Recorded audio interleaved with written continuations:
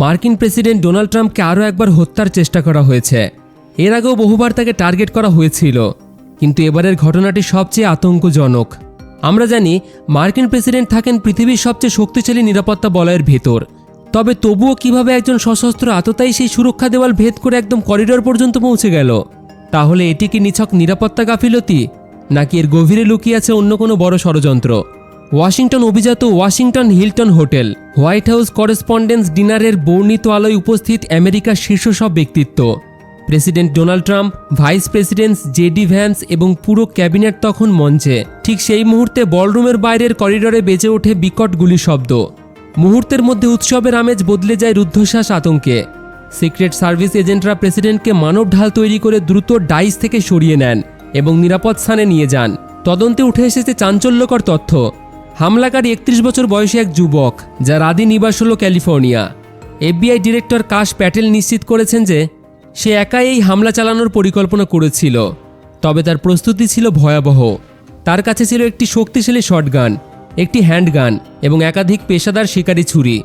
সবচেয়ে আশ্চর্যের বিষয় হলো সে ওই হোটেলেরই একজন নথিভুক্ত অতিথি, বা বলা যেতে পারে হোস্ট গেস্ট ছিল। এই পরিচয় ব্যবহার করে সে হোটেলের ভিতরে অস্ত্রসহ ঢুকতে পেরেছিল কিনা তা নিয়ে এখন তোলপাড় চলছে পুরো ওয়াশিংটনে। করিডোর দিয়ে বলরুমের দিকে প্রচণ্ড গতিতে এগোচ্ছিল আততায়ী। সিক্রেট সার্ভিসের চেকপয়েন্টে তাকে বাধা দেওয়া হলে শুরু হয় ধস্তাধস্তি। হামলাকারী গুলি চালালে একজন সিক্রেট সার্ভিস এজেন্ট সরাসরি আঘাতপ্রাপ্ত হন। তবে প্রেসিডেন্ট ট্রাম্প পরে সংবাদ সম্মেলনে জানিয়েছে ওই অফিসার বুলেট প্রুফ ভেস্ট পরে থাকার কারণে কোনো বিপদ ঘটেনি এবং তিনি বর্তমানে স্থিতিশীল আছেন। কোনো পাল্টা গুলি না চালিয়েই অত্যন্ত পেশাদারিত্বের সাথে আততায়ীকে জীবিত ধরে ফেলে নিরাপত্তা বাহিনী। বর্তমানে তাকে হাসপাতালে রেখে মূল্যায়ন করা হচ্ছে এবং ক্যালিফোর্নিয়ায় তার ঠিকানায় এফবিআই এবং বিশেষ টিম রেড চালাচ্ছে। ঘটনার পরপরই মিডিয়ার মুখোমুখি হয়ে ট্রাম্প বলেন সে একজন অত্যন্ত অসুস্থ ব্যক্তি। যখন প্রশ্ন করা হয় যে এই হামলার পিছনে ইরান যুদ্ধের কোনো যোগসূত্র আছে কিনা, ট্রাম্প সরাসরি তা নাকচ করে দেন। তবে নিজের নিরাপত্তা নিয়ে তিনি কিছুটা সংশয় প্রকাশ করে বলেন, আই গেস হয়তো আমিই লক্ষ্য ছিলাম। ট্রাম্প তার বক্তব্যে বারবার হামলাকারীর ক্যালিফোর্নিয়ার কানেকশনের কথা উল্লেখ করেছেন, যা আমেরিকার বর্তমান রাজনৈতিক মেরুকরণকে আরও স্পষ্ট করে দিচ্ছে। ডেমোক্র্যাট শাসিত ক্যালিফোর্নিয়া থেকে আসা এই হামলাকারীকে নিয়ে ইতিমধ্যেই রাজনৈতিক মহলে বাদানুবাদ শুরু হয়েছে। তবে বিশ্বের সবচেয়ে শক্তিশালী নিরাপত্তা বলয়ে ফাটল কেন? সবচেয়ে গুরুত্বপূর্ণ প্রশ্ন, নিরাপত্তা কোথায় ছিল?